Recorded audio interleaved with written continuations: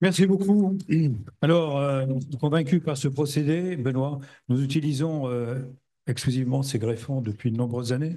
Et Benoît Bargeweiler va vous exposer les résultats obtenus dans le service avec ces reconstructions acétabulaires. On a l'impression, par rapport à d'autres allogreffes que nous utilisions avant, c'est d'avoir une solidité, une résistance mécanique beaucoup plus importante d'emblée, surtout lorsqu'on utilise des greffons structuraux, comme l'a expliqué François Bonhomet tout à l'heure.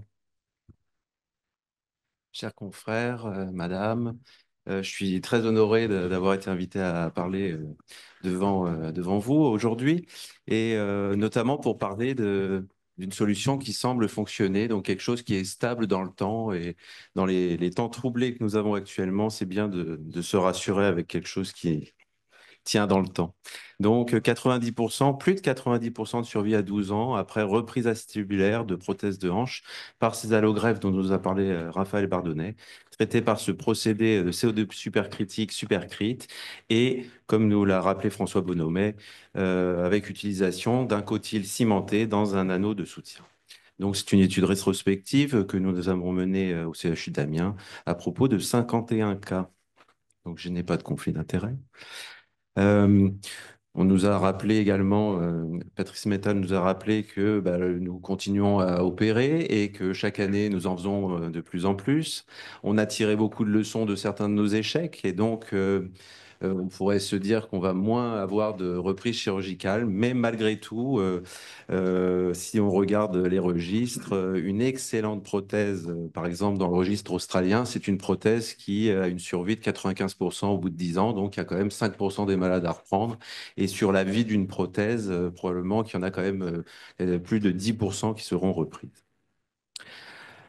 Raphaël Bardonnay nous a parlé de cet os qui est traité. Donc, nous avons utilisé exclusivement des greffons biobank et en tout cas, la série est homogène de ce côté-là. Un os qui est débarrassé de sa matrice protéique par le CO2 supercritique plus le traitement chimique complémentaire, stérilisé au rayon gamma. Je ne reviens pas là-dessus. Si on reparle de la technique chirurgicale, donc le greffon qui est livré sec et réhydraté avec du sérum physiologique. Il y a une partie de façonnage de la greffe qui s'effectue en extemporané avec une scie, où on commence à lui donner une forme. Ensuite, on l'implante au sein de la cavité qui aura été débarrassée de l'ensemble des tissus fibreux.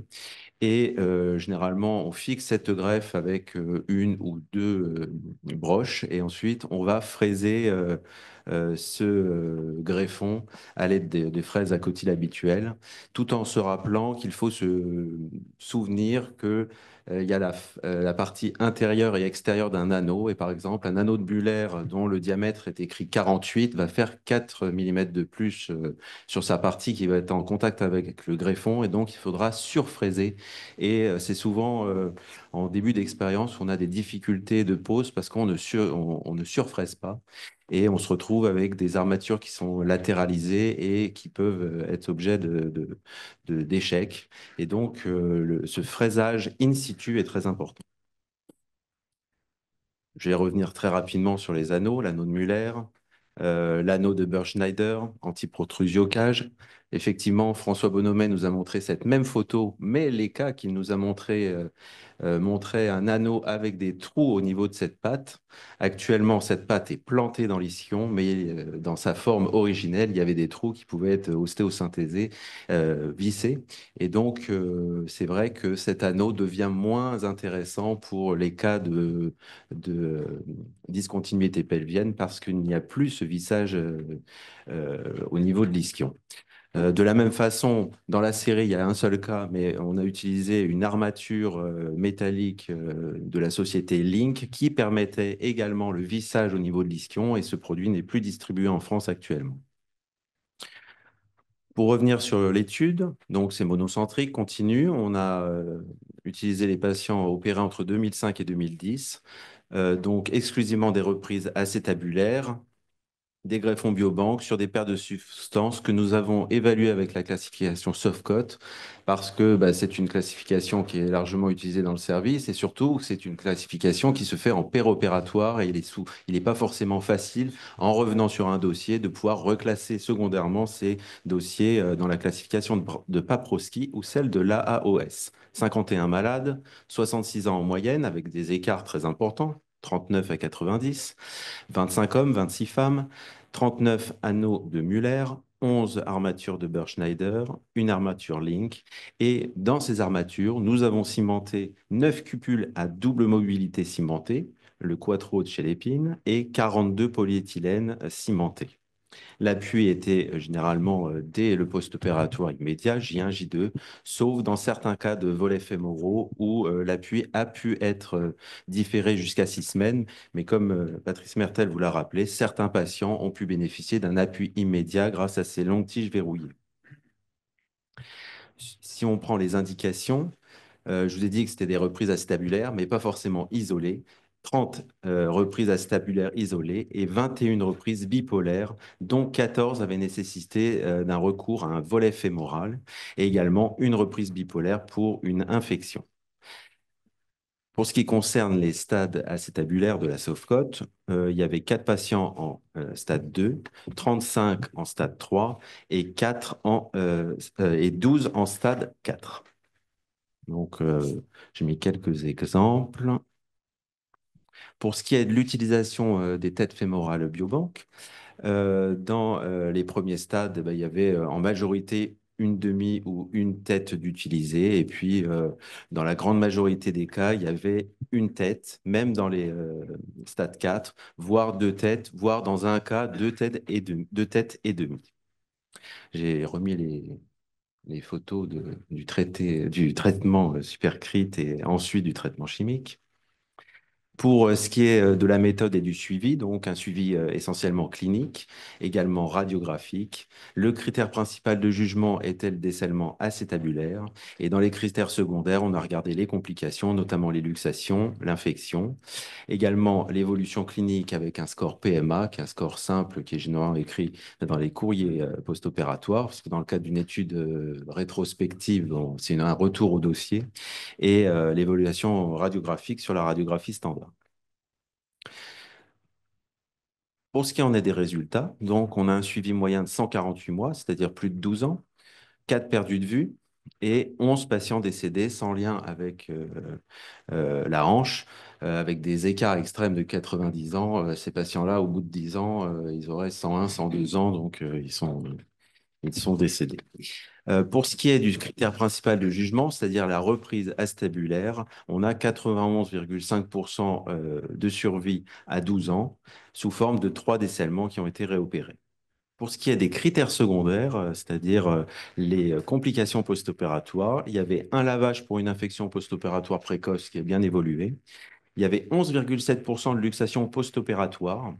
Alors, dans cette étude qui date un petit peu, il y avait beaucoup de cupules polyéthylène cimentées. Malgré tout, ça apparaît pas significatif comme critère protecteur, même si dans l'étude, il n'y avait aucun cas de luxation pour ceux qui ont eu des cupules double mobilité cimentées dans l'anneau, avec un petit P qui était à 0,54. Par contre, c'est vrai qu'on a eu d'autres déboires parce que la cupule Quattro de l'épine était brillante à l'époque, avec peu de rugosité. Et il y a eu, après cette étude, donc après 2005, on a eu des soucis de cupules qui se sont arrachées à double mobilité. Et maintenant, on n'a plus ces problèmes avec des cupules qui sont beaucoup plus rugueuses à l'interface os-ciment. Voilà. Donc, 3 patients qui ont été repris avec des cupules cimentées à cause de luxation. Il y a eu 2 fractures fémorales, une précoce et une tardive, qui ont bénéficié de tiges longues verrouillées et de désescalades. Donc, voilà un mot intéressant. Désescalades fémorales pour des tiges non cimentées. Il n'y a pas eu dans les patients, les 51 patients, on n'a pas eu de désescalade acétabulaire. Pour ce qui est des résultats cliniques, on avait un score PMA préopératoire un petit peu moins de 13, avec à 5 ans et à 10 ans de recul, un score proche de 17, qui est quand même un excellent score, avec plus de 4 points de différence par rapport au préopératoire, et avec une stabilité dans le temps de ce score. pour des exemples de résultats radiographiques. Donc, un échec de cupule cimenté, repris par un anneau de Muller avec une stabilité à 10 ans. Alors, ce cas est intéressant parce que, pour une autre raison, le patient avait consulté aux urgences et avait bénéficié d'un scanner abdominal et on a quelques coupes qui passent par la greffe parce que l'évaluation de l'ostéo-intégration, c'est vraiment très difficile de dire est-ce que c'est de l'os, est-ce que c'est le ciment. Là, on voit pas de liseré, mais où on en est. Et on a ces images-là sur le scanner avec, alors il y a une partie où ici c'est du ciment, avec un petit liseré, mais il y a des zones où on a vraiment une impression de continuité osseuse qui paraît très intéressante. Donc, sur cette série, les points forts, bah, c'est le recul de 12 ans en moyenne. C'est une étude monocentrique. Il y a quand même 51 cas et on a vu dans la bibliographie présentée par François Bonhomet que finalement, les séries, il y en avait de 35. On a quand même des séries avec peu de malades. Il y a très peu d'infections alors qu'on pourrait s'attendre à en avoir plus. Sur les points faibles, bon, il y a toujours beaucoup de perdus de vue et de patients qui ont disparu de la circulation dans ces études rétrospectives à long recul. On a utilisé la classification Softcotes qui est plus difficile pour se comparer aux autres études de la littérature. Et il y avait un taux de luxation, plus de 10%, qui était quand même élevé. Mais bon, généralement, il est admis entre 6-8% post-opératoire. Et maintenant, on a moins de ces complications avec l'usage systématique de la cupule double mobilité cimentée au sein de l'anneau. Alors pour ce qui est des solutions de reprise acétabulaire, donc François Bonhomet nous en a déjà beaucoup parlé. Il y a des solutions acétabulaires, de reprise acétabulaire sans greffe, comme les Jumbo Cup, qui sont largement utilisés. Également les armatures sur mesure, comme ce cas où il y avait même plus d'isthme iliaque et il y a une cupule qui a été fabriquée sur mesure avec un ancrage au niveau du sacrum. Euh, on peut utiliser aussi des allogreffes massives, un hémibassin, par exemple, un hémibassin de banque. Alors, c'est difficile à trouver, c'est pas toujours facile d'accès, mais dans des reprises pour une perte de substance majeure, ça c'est un cas personnel d'il y a 10 ans où j'avais ostéosynthésé cet hémibassin grâce à un scanner opératoire pour avoir une bonne précision. Et à 10 ans de recul, on a une stabilité de l'implant et un patient avec un résultat clinique très satisfaisant. Enfin, il y a toutes ces allogreffes qui sont sous les armatures, dont on a déjà parlé, la croix de Kerboul, l'anneau de Muller, l'anneau de Gans, euh, l'armature Burr-Schneider anti-protrusion et, et également l'anneau Link comme sur cet exemple avec également une belle reconstruction. Donc ça, c'est un des cas de l'étude. C'est le cas de l'étude qui a reçu cet anneau avec une bonne reconstruction osseuse.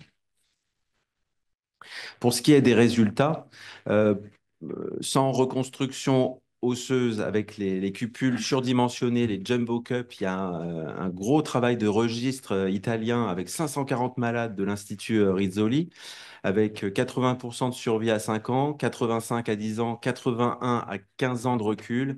La difficulté de cette étude, c'est que il y a quand même utilisé 50% de greffe. Alors, c'est difficile de faire la part des choses. Et dans cette étude, avec un grand nombre de cas, on a un défect qui n'est pas très bien quantifié, donc difficile de se comparer. Pour ce qui est des croix de Kerboul associées à des greffons structurels, François Bonhomet nous en a parlé. 95% de survie à 10 ans dans cette étude de nos collègues de Cochin sur 37 malades.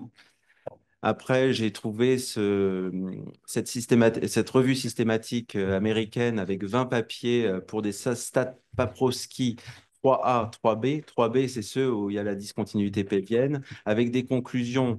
Alors, effectivement, outre-Atlantique, le trabéculaire métal, c'est-à-dire des augmentes acétabulaires vissées sur lequel est posé un anneau, est largement utilisé et décrit comme prometteur. Ils disent que les armatures sont adaptées plutôt aux personnes âgées. Et si discontinuité pelvienne, alors la greffe est inadaptée et il faut plutôt passer à une armature, un implant sur mesure. De la même façon, nos collègues de Cochin limitent l'utilisation de la Quark-Kerboul à l'atteinte du teardrop. Et donc, si cette partie est atteinte, il faut mieux éviter d'utiliser leur croix qui va migrer en intrapelvien. Ou alors, il y a l'astuce effectivement du greffon qui est positionné à ce niveau, mais d'utilisation difficile. En tout cas, pour ce qui nous concerne, donc, on trouve que ces greffons sont stables à fort recul. Il y a une chose qu'on n'a pas évoquée, c'est que reprendre une armature vissée, c'est simple par rapport à une ablation d'un trabéculaire métal ou d'un implant imprimé en 3D qui peut tenir très fort à l'os. Et dans le cadre de l'infection, ça peut être par exemple catastrophique de retirer ces implants. Il faut réserver les indications aux reprises acétabulaires sans discontinuité pelvienne. Et les limites techniques actuelles, bah, c'est quand il y a cette discontinuité pelvienne, le stade 4 soft-cut ou 3B Paprosky. Il faut absolument avoir un vissage de l'ischio et il faut avoir des armatures qui s'assimilent à une ostéosathèse, c'est-à-dire des vis au niveau de l'ischio. Et si on regarde aussi, et si on va un petit peu plus loin, on n'a pas parlé du tout des implants qui s'arment dans l'isthme. Et finalement, toutes les sociétés qui développent les armatures sur mesure viennent mettre des grosses vis au niveau de l'isthme iliaque, qui est une zone très résistante et auquel il faut penser sur ces reconstructions. Voilà, je vous remercie. Merci Benoît. Pendant que Christian se met en place, on aura peut-être 2 ou 3 questions. On va essayer de limiter quand même parce qu'on a déjà beaucoup discuté. Juste un mot, on peut utiliser dans ce procédé de supercrite à la fois des têtes massives ou des demi-têtes qu'on peut visser dans des paires de septants segmentaires, mais dans les paires de septants cavitaires, on utilise des greffons morcelés qu'on peut fraiser et sur lesquels on met une armature. Avez-vous 1 ou 2 questions sur les reconstructions acébulaires biologiques cette fois-ci et non pas par escalade métallique? Laurent?